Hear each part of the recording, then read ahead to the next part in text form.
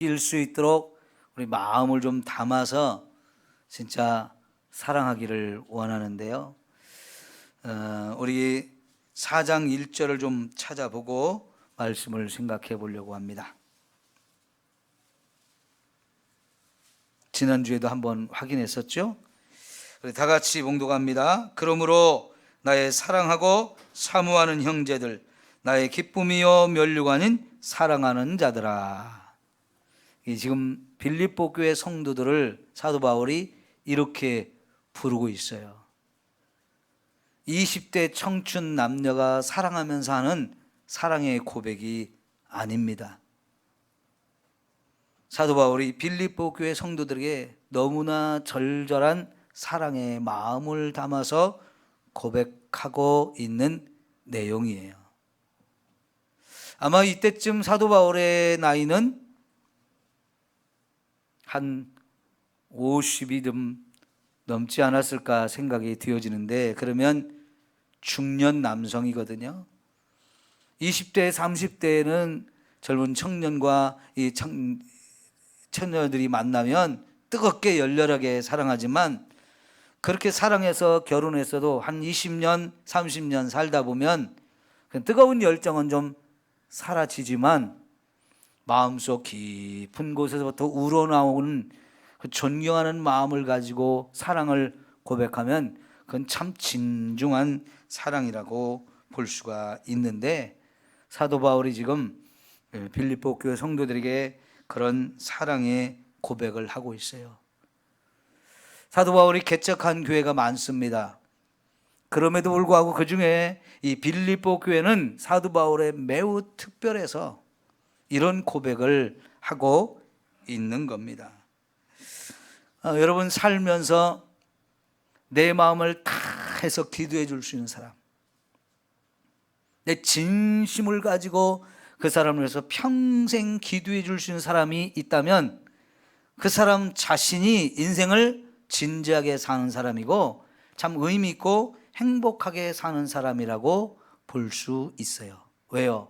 자기가 늘 마음에 품고 기도해 줄 수 있는 사람이 있다는 거, 이게 참 보통 일이 아니거든요.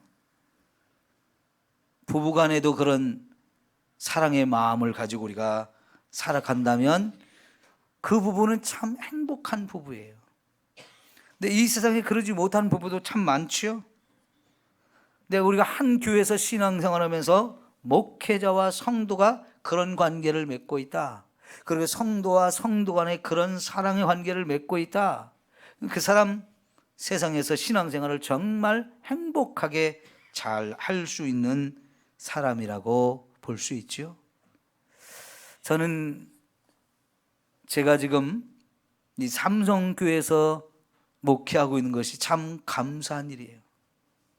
여러분 한 분 한 분을 생각하면서 또 제가 기도하고 목회할 수 있다고 하는 것이 정말 감사한 일이에요. 왜냐하면 저에게 있어서 삼성교회는 제 목회 마지막 부분이라고 말할 수 있는데, 이제 남은 제 모든 열정과 제 생명까지도 다 바쳐서 여기다 다 쏟아부으면서 목회할 수 있는 곳이기 때문에 저는 하나님 앞에도 감사하고 여러분을 생각하면서도 진심으로 감사하지 않을 수가 없어요. 여러분에게 삼성교회는 어떤 의미입니까? 또 우리 교회 안에 있는 성도 한 분 한 분이 여러분에게 어떤 의미가 있는 사람들입니까? 사도 바울의 고백처럼 나의 사랑하고 사모하는 성도들, 나의 기쁨이요 면류관인 사랑하는 자들아, 이렇게 말할 수 있는 대상들인가요? 우리가 서로 그렇게 바라보고 그렇게 서로를 대해 줄 수 있다면 우리 교회는 정말 건강한 교회이고 좋은 교회이고, 여러분도 그 좋은 교회에서 행복한 신앙생활을 하게 될 수 있다 생각합니다. 오늘 사도 바울과 이 빌립보 교회 성도들 간의 사랑의 관계들을 1장부터 4장까지밖에 안 되는데 참 많이 표현되어 있어요. 그런 부분들을 몇 곳을 좀 찾아보겠는데요. 일단 7절을 한번 볼까요? 시작. 내가 너희 무리를 위하여 이와 같이 생각하는 것이 마땅하니. 4장에 그냥 머물러 있어요. 1장으로 내오셔서 1장 7절 시작. 내가 너희 무리를 위하여 이와 같이 생각하는 것이 마땅하니 이는 너희가 내 마음에 있음이며. 자, 너희가 내 마음에 있다 그랬어요. 한 10년쯤 된 것 같은데요, 예전에 어떤 드라마에서요, 남자 주인공이 여자 주인공한테 이런 말을 했어요. 내 안에 너 있다.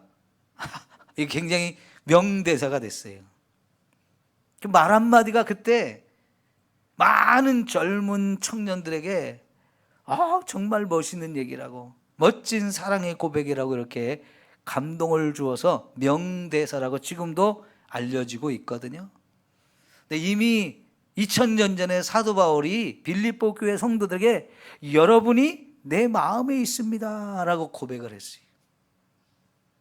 사실 지금 바울이 이 이야기를 할 때 빌립보 교회를 떠난 지 10년이 훨씬 넘었어요.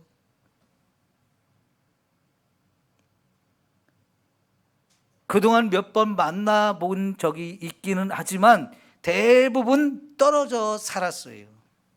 근데 여러분, 사람이라는 게 아무리 사랑하는 관계에도 늘 같이 있어야 그 사랑이 더 깊어지거든요. 그런데 멀리 있으면 멀어질수록 마음도 멀어지고요, 사랑도 식어지잖아요. 그런데 지금 빌립보 교회와 바울의 관계는요, 시간이 지나도 헤어져 있는 시간이 길어도 여러분 여전히 서로를 생각하고 서로 마음에 품고 사랑하고 있다는 거예요. 그런데 사도 바울이 이렇게 빌립보 교회 성도들을 마음에 늘 품고 있다고 하는 것이 왜 그렇게 가능하냐? 그 다음 말씀 봅시다. 그 다음 시작. 나의 매임과 복음을 변명함과 확정함에 너희가 나와 함께 은혜에 참여한 자가 됨이라. 바울만 그렇게 빌립보 교회 성도들을 마음에 품고 있는 게 아니고요, 빌립보 교회 성도들 역시 사도 바울과 늘 함께 있으려고 노력을 했다는 거예요. 어떤 노력을 했을까요? 5절 보세요. 5절 시작. 너희가 첫날부터 이제까지 복음을 위한 일에 참여하고 있기 때문이라 그랬고요, 그 3절 4절에 보면 내가 너희를 생각할 때마다 하나님께 감사하고 있고 또 내가 너희를 위해서 기도할 때마다 기쁨으로 기도하고 있다. 바울이 빌립보 교회를 생각할 때마다 하나님 참 감사합니다, 감사하는 마음이 든다는 거예요. 뿐만 아니라 그 교회 빌립보 교회 성도들을 위해서 기도할 때마다 기쁨이 있다는 거예요. 그러니까 사도 바울이 여러분 빌립보 교회 성도들을 늘 마음에 품고 있는데 그 이유가 뭐냐?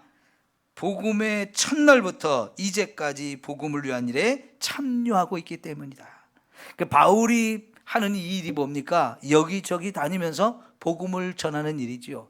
처음에 빌립보에 가서 복음을 전한 사람이 바울이고요, 그래서 거기 빌립보 지역에 교회가 생겨졌어요. 그런데 얼마 지나지 않아서 큰 핍박이 와가지고 사도 바울이 교회를 떠나지 않으면 안 되었어요. 그래서 그가 그곳을 떠나서 이 데살로니카라고 할 지역으로 갔는데 결국 멀지가 않은 곳이에요. 이웃에 있는 도시인데요, 거기로 갈 때 빌립보 교회 성도들이 바울을 떠나보는 게 참 마음이 아팠지만 바울이 가는 일이 복음을 전하러 가는 일이기 때문에 떠날 때 바울의 선교비를 지원해 줬는데 그렇게 시작된 일이 지금까지 계속되고 있다는 거예요. 그래서 7절에 나의 매임과 복음을 변명함과 확정함에 너희가 다 나와 함께 은혜에 참여한 자가 되고 있다. 바울은 자기만 혼자 가서 복음을 전하는 게 아니고 빌립보 교회 성도들과 함께 가서 전하는 거고 똑같다는 얘기예요. 왜냐하면 빌립보 교회 성도들이 바울을 위해서 기도해주고 계속해서 물질을 보내주고 있기 때문에 바울의 이 전도 사역이 계속 활발하게 진행될 수 있다 하는 거지요. 여러분, 한 20년 전에 제가 인천에 있는 교회에서 한 2년 반 목회를 했었는데, 가끔 2년이나 한 3년쯤에 한 번씩 그 교회 권사님이 저한테 전화를 해가지고, 목사님 저 남권사예요. 그러면서 안부를 물어오셔요. 목사님 제가 목사님이에요. 지금도 기도하고 있어요. 그 말을 하고 또 끊으셔요. 참 저는 그분의 전화를 받을 때마다 너무너무 감사하고, 나를 위해서 이렇게 오랜 시간 잊지 않고 기도해 준다는 게 큰 힘이 돼요. 여러분에게 그런 분이 있냐고 물어보는 거예요. 세월이 많이 흘러가도 늘 잊지 않고 내가 그 사람 감사하고 고마워하면서 내 마음에 품고 기도할 수 있는 사람, 여러분이 행복해지는 거예요. 사도 바울이 지금 빌립보 교회를, 그리고 그 성도들 한 사람 한 사람을 마음에 품고 계속해서 지금까지 기도하고 있는 이유는 그 교회가 또한 사도 바울의 전도 사역에 끊임없이 함께 동참하고 이렇게 후원해 주고 있기 때문이다 하는 거지요. 자, 여러분 4장으로 넘어가서 14절부터 보겠습니다. 4장 14절부터 16절. 그러나 너희가 내 괴로움에 함께 참여하였으니 잘하였도다. 빌립보 사람들아, 너희도 알거니와 복음의 시초에 내가 마게도냐를 떠날 때 주고받는 내 일에 참여한 교회가 너희 외에 아무도 없었느니라.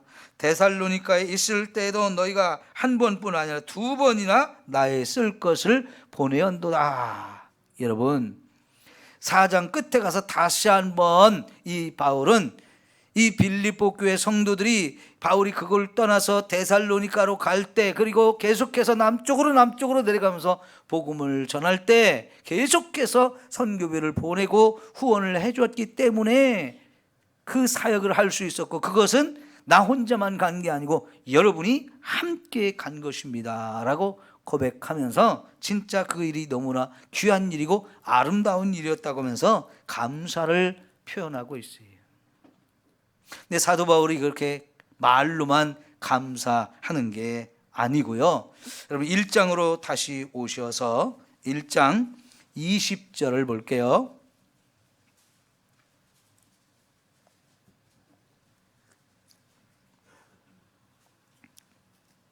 나의 간절한 기대와 소망을 따라. 뭐냐면 내가 지금 간절히 기대하고 소망하는 것이 있는데, 뭐냐면 아무 일에든지 부끄러워하지 아니하고 지금도 전과 같이 온전히 담대하여 살든지 죽든지 내 몸에서 그리스도가 존귀하게 되게 하려 함이냐. 사도 바울의 간절한 기대와 소망은 오직 내가 사는 것 죽는 것 난 거기에 관심 없다. 하여튼 살아도 주를 존귀하게 하고 죽어도 주를 존귀하게 하는 것, 이게 내 삶의 목표다라고 말하면서, 이는 내게 사는 것이 그리스도니 죽는 것도 유익함이라. 살아있으면 내가 그리스도를 위해서 사는 것이고, 죽어도 그리스도를 위해서 죽는 거니까 이거는 그리스도에게, 내게 있어서는 살든지 죽든지 다 유익하다고 말하면서, 그러나 만일 육신으로 사는 이것이 내일의 열매일진데 무엇을 택해야 하는지 나는 알지 못하겠다. 그러니까 뭘 택해야 되느냐? 사는 걸 택할지 죽을 것을 택할지 자기는 잘 모르겠대요. 그런데 내가 그 둘 사이에 끼었으니 차라리 세상을 떠나서 그리스도와 함께 있는 것이 훨씬 더 좋은 일이라. 그렇게 하고 싶으나, 그러니까 사는 걸 택할래 죽는 걸 택할래 그러면 나는 죽는 걸 택하겠습니다 라고 지금 말하는 거. 왜? 그게 훨씬 좋다는 거. 왜? 죽으면 바로 천국 가서 주와 함께 사는 거니까. 이 땅에서 아무리 잘 먹고 잘 살아봐야 그 별거 없고, 나는 천국 가서 지금이라도 당장 하나님과 함께 사는 거, 그러니 얼마나 좋으냐 이거예요. 나는 그걸 원한다는 거예요. 그런데 내가 육신으로 있는 것이 너희를 위하여 더 유익하리라. 내가 살 것과 너희 믿음의 진보와 기쁨을 위하여 너희 무리와 함께 갈 이것을 확실히 아노니, 내가 다시 너희와 같이 있으므로 그리스도 예수 안에서 너희 자랑이 나로 말미암아 풍성하게 하려 함이라.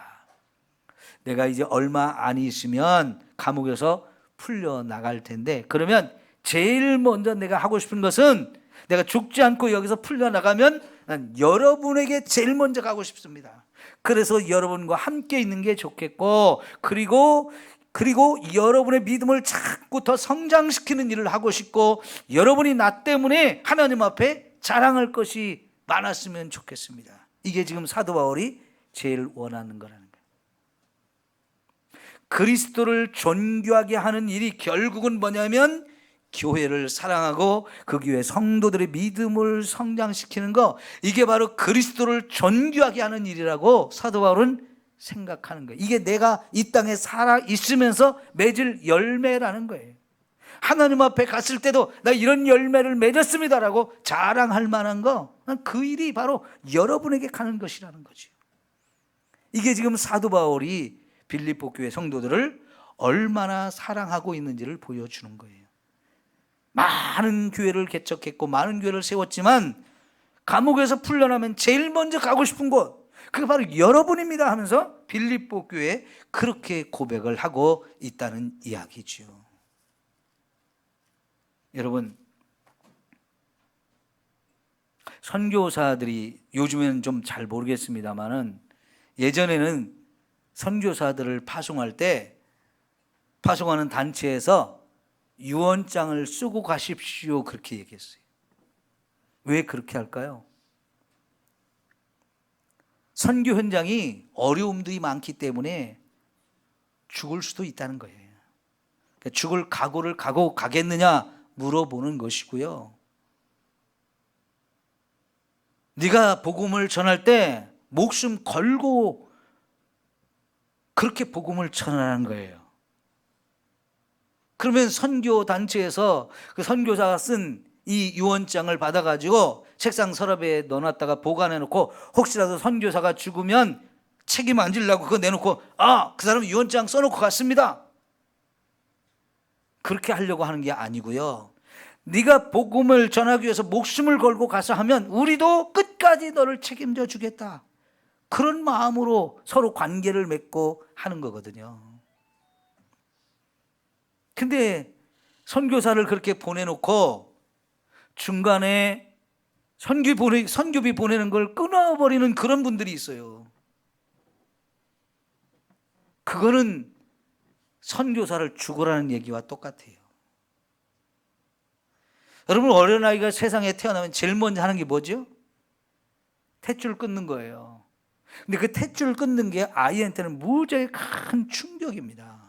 왜냐하면 이 탯줄이라는 게 뭡니까? 엄마와 태중에 있는 아이가 연결이 된 생명줄이거든요. 엄마로부터 이 아이에게 필요한 생명 유지에 필요한 모든 것이 다 그 탯줄을 통해서 공급되지는 거잖아요. 근데 지금 세상에 태어나면 그거부터 끊어요.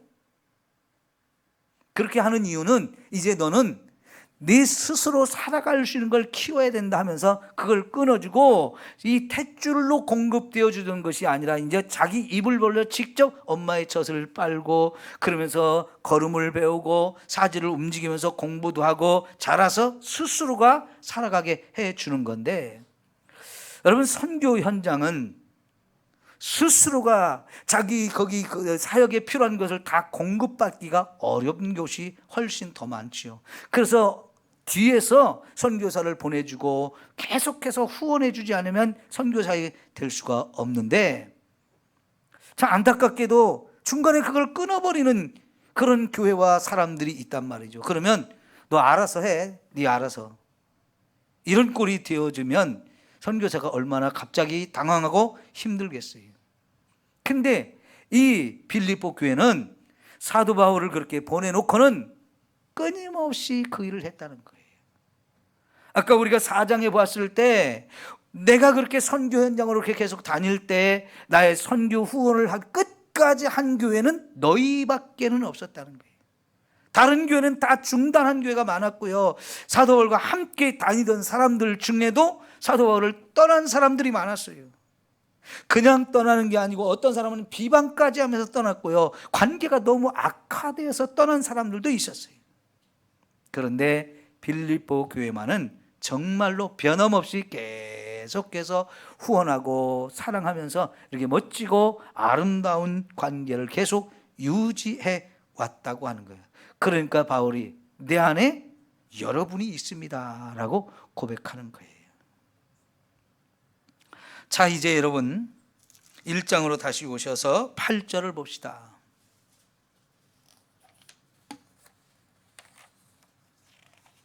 시작. 내가 예수 그리스도의 심장으로 너희 무리를 얼마나 사모하는지 하나님이 내 증인이시다 그랬어요. 잠깐 제가 여러분에게 드릴 게 있는데요, 이렇게 표현하죠. 이게 뭡니까? 하트라고 하죠. 하트를 여러분에게 드립니다. 내 심장, 내 마음을 여러분에게 드립니다 하는 표현인데, 이게 사랑이라는 거 여러분 다 아시죠? 이게 작으면 또 이렇게도 표현하죠. 더 크게 이렇게도 표현하죠. 제가 지금 여러분에게 사랑한다고 고백하고 있는데 느껴지시나요? 여러분, 예수 그리스도의 심장으로 내가 여러분을 사랑하고 있습니다, 그런 뜻이. 내 마음 다해서 여러분을 사랑하지만 나는 그것도 부족하기 때문에 예수 그리스도의 심장, 예수 그리스도의 마음, 예수 그리스도의 사랑을 가지고 여러분을 사랑합니다 라고 고백해요. 근데 여러분, 예수님의 사랑이 얼마나 큰 사랑입니까? 세상에서 제일 큰 사랑이죠. 요한복음 13장 1절에 보면 예수께서 자기 사람들을 사랑하되 끝까지 사랑하셨다 그랬어요. 그 요한복음 13장은 예수님이 이제 죽기 바로 전날 밤에 마가의 다락방에 제자들만 데리고 올라가서 최후의 만찬을 하고 있는데요, 거기서 예수님께서는 제자들과 함께 떡과 포도잔을 나누면서 무슨 말씀하셨냐면, 지금 나와 함께 이 떡을 먹고 잔을 나누는 사람, 너희 가운데에서 한 사람이 오늘 밤 나를 팔아넘길 거다라는 얘기를 하셨거든요. 누군지를 알고 있는 거예요. 그 12명의 제자 가운데 어떤 제자가 예수님을 팔아먹을지 예수님 잘 알고 있는데, 그럼에도 불구하고 이 세상에서 자기 사람들을 사랑하되 끝까지 사랑하셨다라고 말씀하는데, 왜 그 말씀을 거기서 하실까요? 이런 가룟 유다까지도 지금 사랑하고 계시고, 그 사람에게 지금 빨리 회개할 기회를 좀 주고 있는 거예요. 너 빨리 네가 나를 팔아먹으려고 하는 생각 그거 내버리고 빨리 회개하고 돌이켜라 라고 지금 기회를 주고 있는 거거든요. 그래서 그걸 주님이 세상에 있는 자기 사람들을 사랑하되 끝까지 사랑하셨다는 거예요. 로마서 5장에 보면 예수님께서 저와 여러분을 얼마나 사랑하셨는지, 우리가 연약함에도 불구하고 사랑하셨고, 우리가 하나님 앞에 죄를 자꾸 지어도 사랑하고 있고, 하나님 앞에 원수인데도 불구하고 자기 아들 예수를 십자가에 죽을 만큼 사랑하셨다는 거예요. 여러분, 이런 사랑보다 더 큰 사랑이 어디가 있겠어요? 그런데 사도 바울은 그런 예수 그리스도의 사랑을 받은 자로서, 나처럼 똑같이 예수 그리스도의 사랑을 받은 이 빌립보 교회 성도들을 사랑하는데, 예수님의 그 사랑의 마음을 가지고 여러분을 사랑합니다 라고 고백을 하고 있어요. 그것을, 내가 그렇게 사랑하는 것을 하나님이 내 증인입니다 하면서 하나님을 증인으로 내세워요. 그러면 여러분, 이게 거짓말이라는 거예요? 그냥 말로만 하는 거라는 거예요? 말로만 하는 사랑이 아니고 진짜 사도 바울이 빌립보 교회 성도들을 진심으로 사랑하고 있다는 것을 하나님을 증인으로 세울 만큼 확실하게 얘기하고 있는 거죠.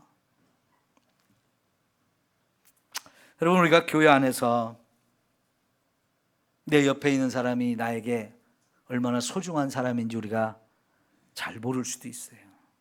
제가 보니까요, 있을 때 잘해야 하는 말이 진짜 놀라운 말이에요. 있을 때는 너무나 그 사람의 존재가 얼마나 소중한 사람인지를 잘 모르는 경우가 많아요. 부부간에도 그런 경우가 많아요.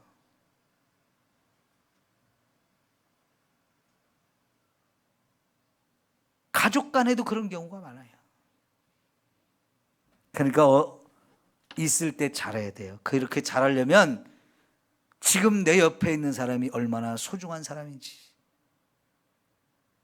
내가 얼마나 사랑해야 될 사람인지를 우리가 좀 알고 진짜 내 옆에 있을 때 잘해야 합니다. 자식들이 참 어리석은 게 부모가 평생 내 곁에 있을 줄 알아요. 근데 부모는 자식들을 안 기다려줘요. 안타깝게도 우리 부모들은 내가 좀 철이 들어서 우리 부모님들 정말 날 사랑했고 너무나 잘해주셨다는 거 알고 효도 좀 하려고 하면 벌써 돌아가셔서 없는 거예요.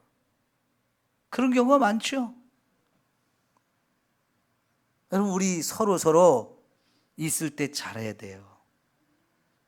옆에 있는 사람이 정말 소중한 사람이고 하나님이 내가 사랑할 사람으로 내 옆에 남겨두신 사람이에요. 그 사람마저 떠나면 내가 사랑할 사람이 없어지는 거예요.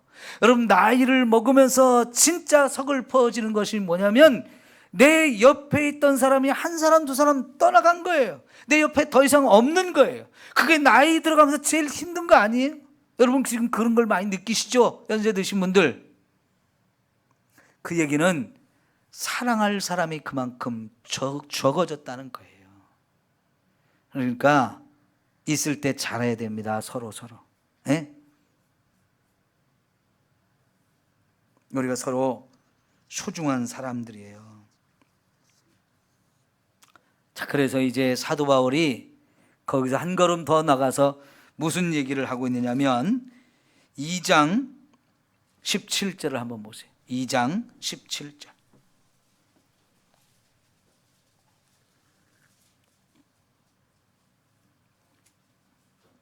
시작. 만일 너희 믿음의 재물과 섬김 후에 내가 나를 전제로 드릴지라도 나는 기뻐하고 너희 무리와 함께 기뻐하리니 그랬어요.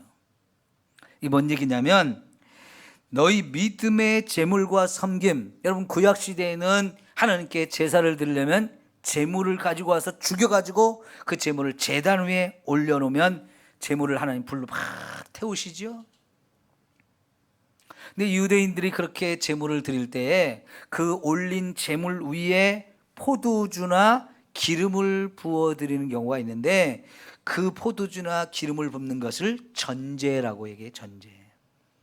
지금 이 이야기는 이 빌립보 교회 성도들이 하나님 앞에 자신들의 어떤 제물을 드리고 섬기는 그 일 위에 나를 전제로 부어 드릴지라도 그랬는데 이게 뭐냐면 나의 피를 여러분이 드린 제물 위에 부어 드린다면, 드릴 수 있다면 나는 기쁨으로 그 일을 하겠습니다는 얘기예요.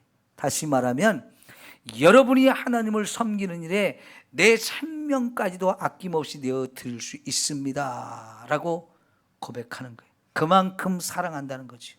내 생명 다해서 사랑하고 있다는 거지요. 네? 얼마만큼 사도 바울이 이 빌립보 교회와 성도들을 사랑하고 있는지를 보여주고 있어요. 예수님께서 친구를 위해서 목숨을 버린다면 이거보다 더 큰 사랑이 없다 그랬는데 내가 곧 너희를 위하여 내 생명을 드린다 그랬어요. 너희를 대신해서 내가 죽어주는 이런 사랑을 내가 너희에게 부어준다면서 예수님이 우리의 친구가 되어줌을 고백해주고 계시거든요. 이 세상에서 내 생명을 남을 위해서 줄 수 있는 사람이 몇이나 있겠어요. 부부나 부모 형제 간에 이런 일이 종종 있을 수 있지만 그것도 쉬운 일은 아닌데요. 사도 바울은 이 빌립보 교회 성도들을 위해서라면 자기의 생명을 얼마든지 기쁨으로 내어놓을 수 있다라고 이야기를 합니다. 근데 빌립보 교회와 이 사도 바울은 서로 궁짝에 참 잘 맞았던 것 같아요.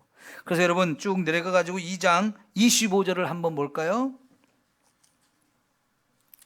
그러나 에바브로디도를 너희에게 보내는 것이 필요한 줄로 생각하노니 그는 나의 형제요 함께 수고하고 함께 군사된 자요 너희 사자로 내가 쓸 것을 돕는 자라 그랬어요.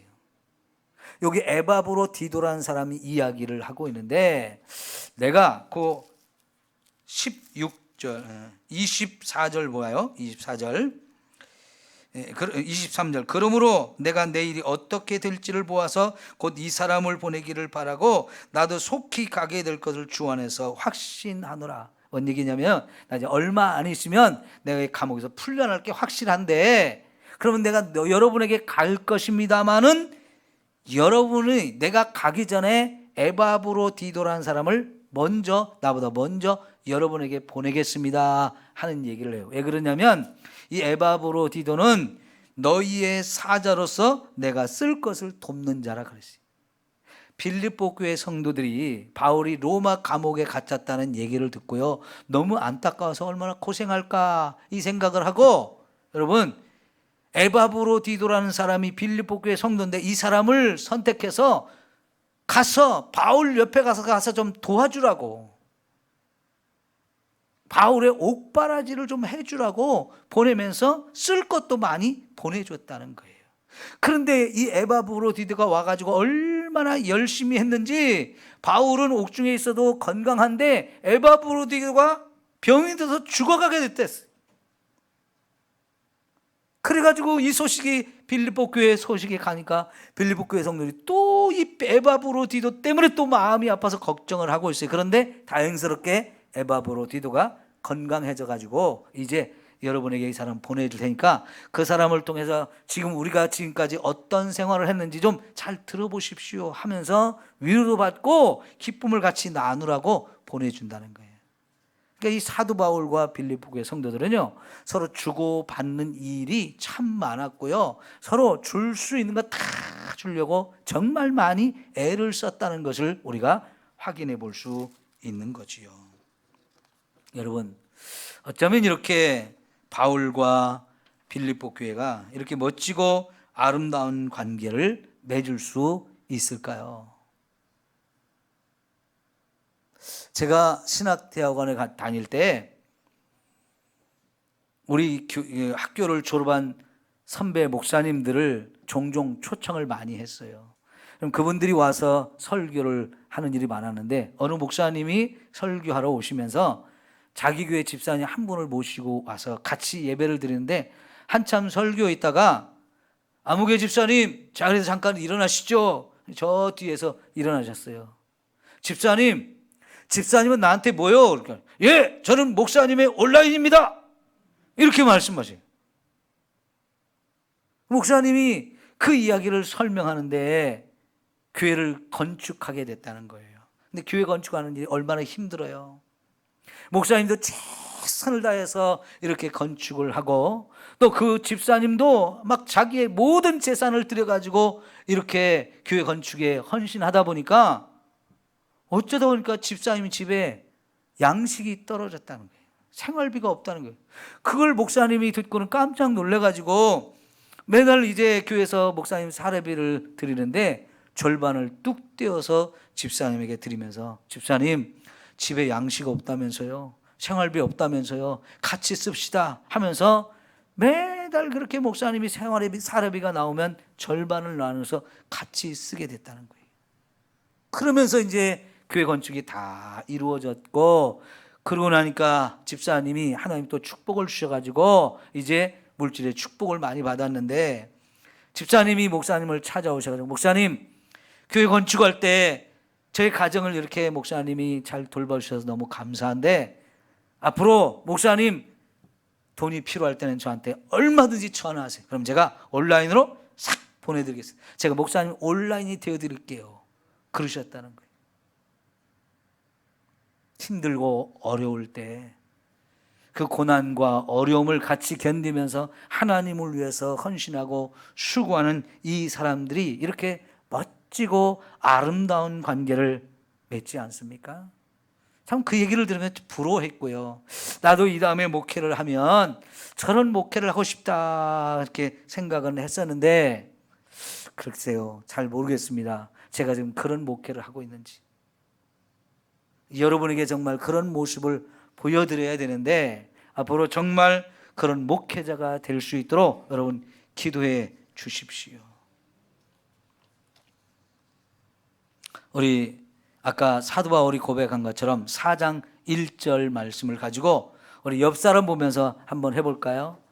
나의 사랑하고 사모하는 형제. 옆 사람 보면서 한번 해보세요. 나의 사랑하고 사랑하는 형제님, 당신은 나의 기쁨이고 나의 면류관입니다.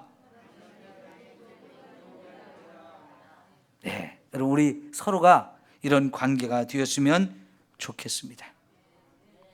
여러분에게 삼성교회는 어떤 의미가 있나요? 여러분이 생각할 때 삼성교회는 좋은 교회입니까? 좋은 교회라고 생각이 되어지고 건강한 교회라고 생각되어질 때 여러분의 신앙생활이 행복할 거예요. 그렇다고 우리 교회가 완전하다는 뜻은 아닙니다. 우리 교회도 얼마든지 문제가 있을 수 있고요, 여러분의 마음을 아프게 할 수도 있습니다. 그러나 여러분이 정말로 삼성교회를 소중하게 생각하고 사랑할 수 있기를 축원합니다. 아까 사도 바울이 내가 살아도 주님을 존귀하게 하고 죽어도 주님을 존귀하게 하는 게 이게 내 삶의 목표인데, 내가 살든지 죽든지 이건 나에게 중요하지 않습니다. 지금 이 시간에도 내가 사는 걸 선택할래, 죽을 걸 선택할래, 그러면 나는 죽는 걸 선택하는 게 더 좋습니다. 그래야 주님과 함께 사는 거기 때문에. 그런데 내가 살아있다면 그것도 감사하는데, 살아있으면 제일 먼저는 여러분에게 가서 여러분과 함께 있고 여러분의 신앙이 자라도록 섬기고 여러분이 주님 앞에 자랑할 것이 많은 사람으로 여러분에게 밀어드리고 훈련하는 그런 사람이 되고 싶다 했는데, 그걸 가만히 살펴보면 주님을 사랑하는 것은 바로 교회와 성도를 사랑하라는 것이라는 뜻이에요. 사도 바울은 그렇게 믿고 있는 거예요. 주님을 사랑하는 것은 교회를 사랑하는 것이다. 오늘 우리에게도 똑같아요. 내가 주님을 사랑합니다 고백을 많이 하는데 그 증거가 뭐냐라고 말할 때, 나는 주님의 몸인 삼성교회를 사랑합니다. 삼성교회는 주님의 몸이에요. 주님이 피를 값주고 사셔서 자기 몸의 지체로 저와 여러분을 붙여주셔서 삼성교회가 세워졌는데, 교회를 사랑하고 이 교회 안에 있는 성도들을 한 사람 한 사람 사랑하는 것이 바로 교회를 사랑하고 주님을 사랑하는 것이라는 거지. 요즘에는 자기가 다니는 교회가 마음에 안 드는 분들이 많은 것 같아요. 그래서 내가 다른 데 다닐 데가 없을까, 더 좋은 교회가 없을까 하고 찾다가 저 교회가 더 좋아 보인다 그러면 그냥 미련 없이 교회로 옮기는 사람들이 꽤 있어요. 물론 고민이 많았겠지요. 근데 여러분, 남들이 만들어 놓은 좋은 교회에 내가 간다고 해서 그 교회가 나한테도 좋은 교회가 되면 좋은데 그게 쉽지 않아요. 이왕이면 저와 여러분이 다니는 교회를 여러분 스스로가 좋은 교회로 만드십시오. 그러면 그 좋은 교회는 나의 교회고, 그 좋은 교회에서 여러분도 여러분 후손들까지 마음껏 신앙생활하게 하고 싶은 교회가 되지 않겠습니까? 내가 내 주변에 있는 사람들에게 우리 삼성교회 정말 좋은 교회라고 자랑하고 싶은 교회가 되지 않을까요? 그래야 여러분이 행복한 신앙생활을 할 수 있는 것이고요. 주님 앞에 갔을 때 내가 삼성교회를 이렇게 사랑한 것이 주님을 사랑한 것입니다라고 자랑할 수 있는, 당당하게 말할 수 있는 그런 이야기가 되지 않겠습니까? 우리 서로 옆에 있는 사람을 정말 소중하게 생각하시고요, 내 최선을 다해서 사랑할 수 있기를 바랍니다. 스펄전이라는 목사님 여러분 많이 들으신 유명한 분이잖아요. 워낙 유명해서 여기저기 많은 곳에 부름을 받아서 부흥회를 많이 인도하러 다니신 분인데, 어느 날 한 분이 목사님 찾아오셔서 목사님 여기저기 많은 교회를 다니셨기 때문에 어떤 교회가 좋은지 잘 아시죠? 저한테 좋은 교회 좀 소개해 주세요. 나 거기 좀 가게. 그랬더니 그 목사님이 그 좋은 교회 있으면 저한테 소개해 주세요. 저도 그 교회 가서 신앙생활하고 싶습니다. 그런데 당신은 그 교회 오지 마십시오. 왜냐하면 그 좋은 교회가 당신 때문에 그 좋은 게 깨질 수 있습니다.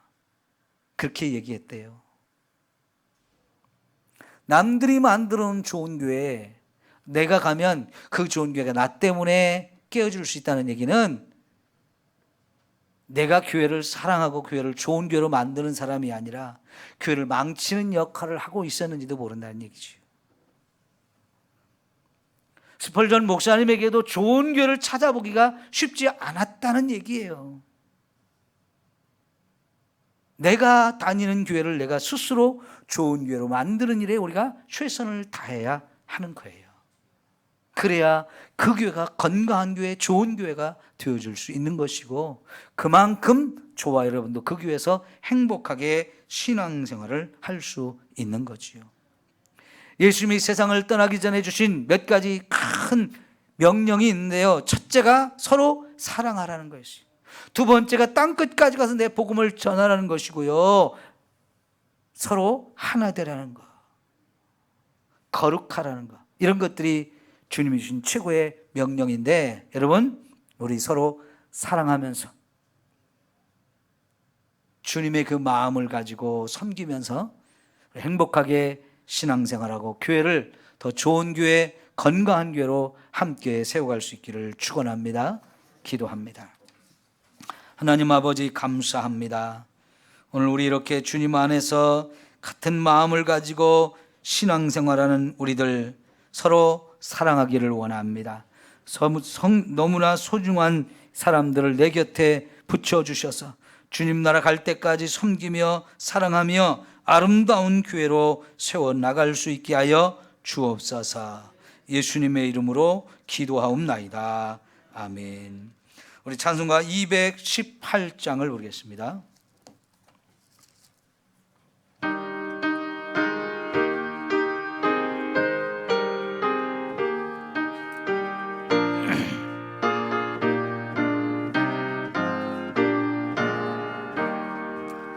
내 맘과 정성을 다하여서